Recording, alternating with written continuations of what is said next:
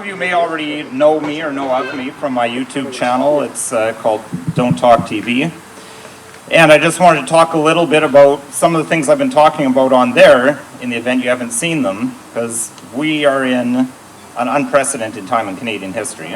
I mean, if in the fall of 2019 you told me that half the things that are going on would ever happen, I would have said as a lawyer, that's impossible, that'll never happen, our laws don't work that way, but here we are. So I'm sure top of everyone's mind, certainly top of my mind, is the recent announcement by the Prime Minister, hopefully not the Prime Minister a month or so from now, but Prime Minister Justin Trudeau saying that they're going to make it mandatory to have the so-called vaccines. They call them vaccines. I don't know if they all qualify by that definition, but I'm not a medical doctor, so we'll just say vaccines. The point is they want to force a specific medical treatment on people without their consent, or they're going to lose their job if they're federal employees. And then, as after the Prime Minister said that, now it's, as I'm sure you all know, it's following along, right? The universities in Ontario, and I'm sure the rest of Canada, are now saying you have to have this in order to attend our university. People who work for federally regulated industries are being told you have to get this or you're going to lose your job.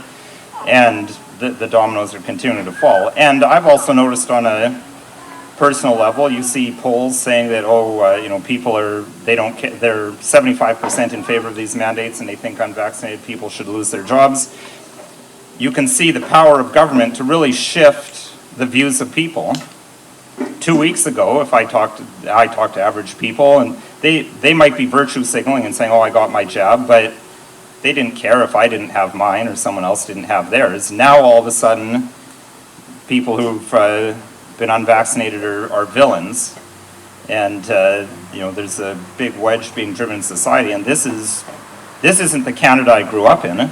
This isn't the Canada that I would hope anyone would want, and certainly I'm sure the Canada that anyone here wants. And part of my message has been, this isn't about vaccinated or unvaccinated. This is about what vision of Canada do you want to live in? Do you want to live in a Canada that's like an apartheid system where some people, you have a water fountain for the vaccinated people and a water fountain for the unvaccinated people, or one class of people are allowed to travel and another class of people are allowed to travel? People should be allowed to do what they want. People have personal responsibility. So people my phone and email have been blowing up over the last week for people who are very rightly scared, wondering, what can I do? I'm going to lose my job. I've been working for the federal government for 25 years. I'm a single mom, and I'm the only support for my family, and I work for an airline, or I work for a hospital. And the battle's just beginning. The problem is the law courts are really slow. So as a lawyer, unfortunately, I have to say, our help can only come to you down the road. So what are some concrete things that people can do now? So this isn't legal advice, this is just concrete things that I think, from what I've seen in my experience working in the, my encounters with the government, I guess, as a lawyer and in life, is I think, number one, people need to stand fast, don't be scared. I think there's a lot of poker going on right now. Just everyone knows how overstretched our medical system is. It never got overwhelmed the way they said it was going to, but 2019, it was already stretched because we have a shortage of medical staff. So what would happen if the 20% of nurses who are apparently not vaccinated said, well, you can fire me, I'm not going to do something that I don't want to do under coercion? The medical system would come to a dead stop. Or if all the air traffic controllers, if 20% of air traffic controllers who are I'm just using the numbers that are out there, say 20% of air traffic controllers are not vaccinated, they have a valid reason, it's their choice. It's your body, your choice. And if they don't get scared and just say, no, we're not getting it, you do what you're going to do, air travel in Canada or North America would cease to exist immediately if 1/5 of air traffic controllers were suddenly off the job. So I think it's a terrifying situation to be faced with losing your livelihood. But I think if people just stand fast, that terrible thing isn't going to come to pass. But also, I think a Canada where people are segregated like that, where people are punished for personal medical choices, I think that's more terrifying than losing your job. Do you really want to live in that world? There are the legal challenges as well, but we're also in a federal election, so that's why we're all here, of course, because we're in a federal election, there's candidates, and there's really only one party that is willing to stand for people's rights and stand on principle. A lot of the things that are going on, the government, they have to know that it's completely illegal. There's no way that there aren't lawyers in the constitutional law branch for the federal government telling the Prime Minister, like, yeah, that's actually a violation of the Charter on several sections to mandate vaccines, but they're just doing it anyway because they're not political parties that operate on principle. So, I'm here because, I'm not political in my channel, and I'm not, in my practice, I don't push politics on anyone, but as a private citizen, I'm here today because I think the People's Party of Canada is the only party that would govern with principles and is going to respect all Canadians, vaccinated, unvaccinated, white, black, Indigenous, whatever, everyone, Canadians together with the same rights. And so I think that's another thing that people can do is only 60% of Canadians generally vote in any given election. So if all 20% of the people who are unvaccinated, assuming that percentage is correct, if they all voted, that's actually more like 35%. If they all voted for one party, majority governments are made out of 35%. So don't give up hope, and I'm going to do everything I can as a lawyer to fight this. I'm a criminal lawyer, but because of everything that's going on, I'm looking at expanding my practice to try to help join the fight in other areas, because they've been smart enough so far to not really criminalize things yet. There's nothing in the criminal code. They've done some bylaw things, and some of the, reopening Ontario, there's some charges that have come out of that, but they haven't gone the distance of criminal, so I haven't been directly involved, but there's fights that have to happen.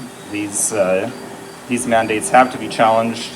I think there's a good chance of success. The problem is it's going to take years to get to the Supreme Court of Canada, because even if you get an initial ruling that's favorable at, say, the Superior Court or the Federal Court, guaranteed the government's going to appeal it, and then you have to deal with it at the Court of Appeal, and then whatever happens there, one side of that is going to appeal it until the Supreme Court decides it. So the legal it's happening, but it's slow, and it's at the back end. So what people are talking about here, what's going to be done in the election, that's going to be extremely important. I don't think it's an overstatement to say this may be the most important election in Canadian history, just because of the direction that Canada is going to go. That may be a course that can't be easily corrected if Canada goes in a bad direction after this election.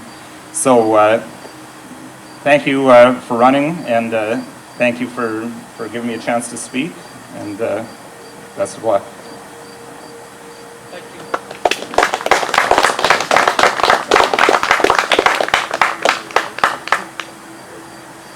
Can we ask any questions? Sure. So how close are we to dictatorship versus democracy?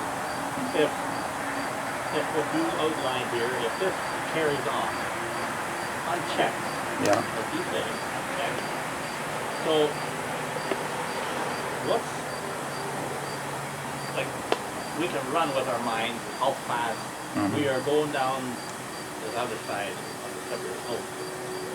And what, I can't understand why Canadians aren't concerned that they let the media continue with this propaganda day after day after day. Yeah, well, just the question is, how close are we to tyranny? I don't know, but I think you can look to history, right? Nazi Germany went from a liberal democracy to a one-party totalitarian dictatorship in about 6 to 9 months. There were open, regular elections in the early part of 1933. The Nazi Party wasn't even a majority government. They're a minority party that formed a coalition. And, you know, then they did a lot of the fear tactics. They, you know, the Reichstag got burnt down, and oh, that was the communists that did it, and the brown shirts and the communists are fighting in the streets, so we need to have, you know, strong rule to bring law and order. People were scared, people didn't like the lack of law and order, and, you know, as I say, 6 to 9 months, they went from that democratically elected government to totalitarian one-party dictatorship. So is that going to happen? I mean, history doesn't repeat itself exactly. There's different factors. I guess the point is, realistically, it can happen really fast. So that's why it's important to take this seriously. And, you know, I hate to make it about vaccinated, unvaccinated. Because I say, vaccinated, fully vaccinated people, they should be just as concerned as everyone else, because, you know, totalitarian dictatorships are not good for anyone.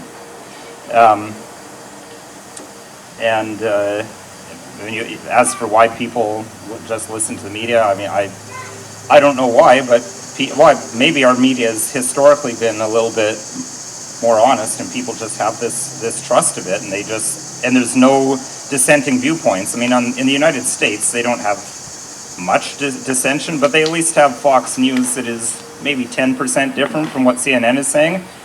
We don't have anything that's even 1% different. You know, CTV, CBC, it's all exactly the same thing. So people, if they're watching TV, which unfortunately most people do, they're just getting one viewpoint all day, every day.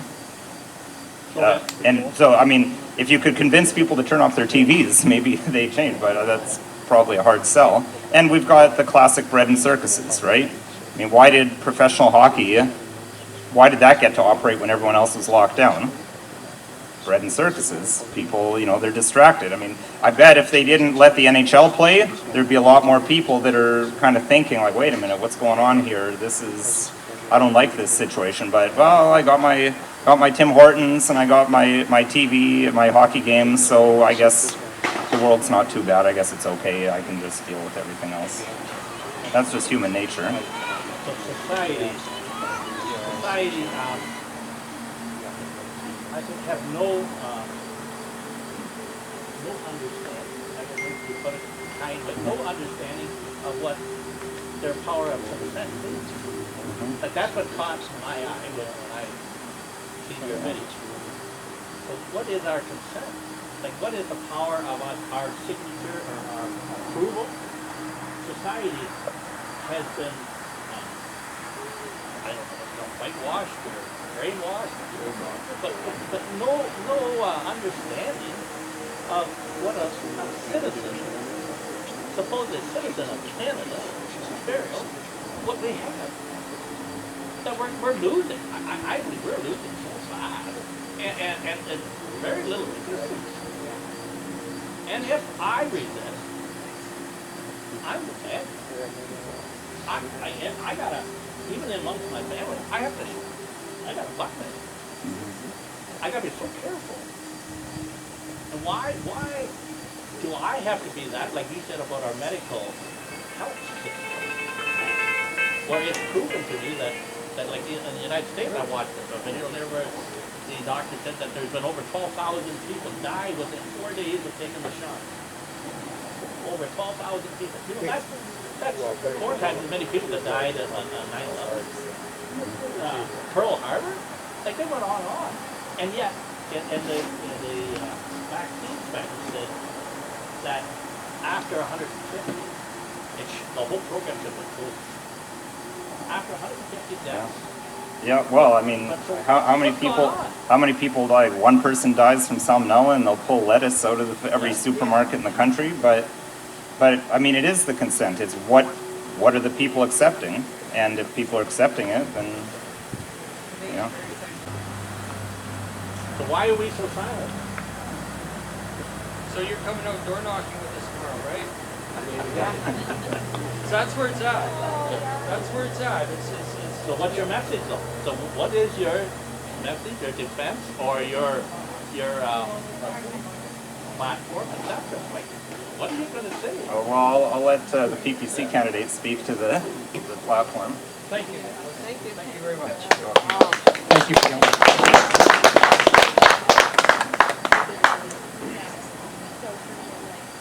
Well, after that speech, I think we should all be lining up tomorrow morning out in front of 123 Matilda. Before you leave, Nicholas, I need to get a picture. Yeah, sure. We need to get out, and we need to put any way we can put the message out, and the best way is word of mouth and network, and the best way to build a network or create that word of mouth is to actually reach out to people that don't know, that feel that there's something wrong, but they don't know what to do, because they're the people that are going to give us the power. We need to take time, and we need to reach out to them. Do you want to question me now? So, yeah. I'm not from Perth County. Is there any People's Party in Huron County? Yes, there is. A chap by the name of Jack Stecco. Yeah. So, anything else? Well, I think, is the corn ready, Pat? Yeah, right ready to go, Wayne. Yep. There's corn. Help yourselves. Enjoy and carry on visiting. Yeah, and if you have any questions for me, just corner me. But 123 Matilda tomorrow morning, 9 o'clock. We're going out and we're going to blitz Stratford. We got 1,000 flyers sitting there. I want them out indoor in people's, either in people's hands or in their mailboxes. I think we can do it. That'll cover about a quarter. Well, would it be a quarter of Stratford, Steve? Population's about 35,000, but I mean, of course, multiple people live in a household, so Yeah. So it could be somewhere between a tenth and a quarter. somewhere about there. Yeah. So we can make a huge impact tomorrow. A huge impact. So I hope to see everyone out.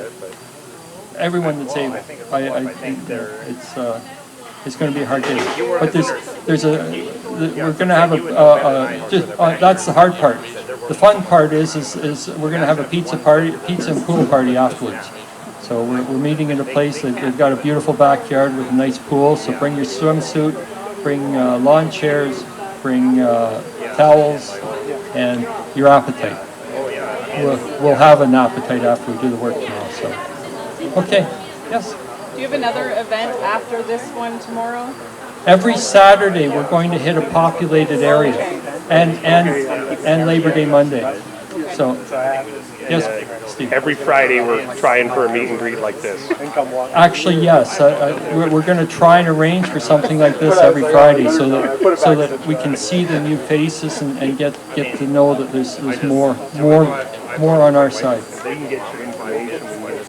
For information on how to donate to the campaign, simply call 519-848-5839 and ask for Marilyn.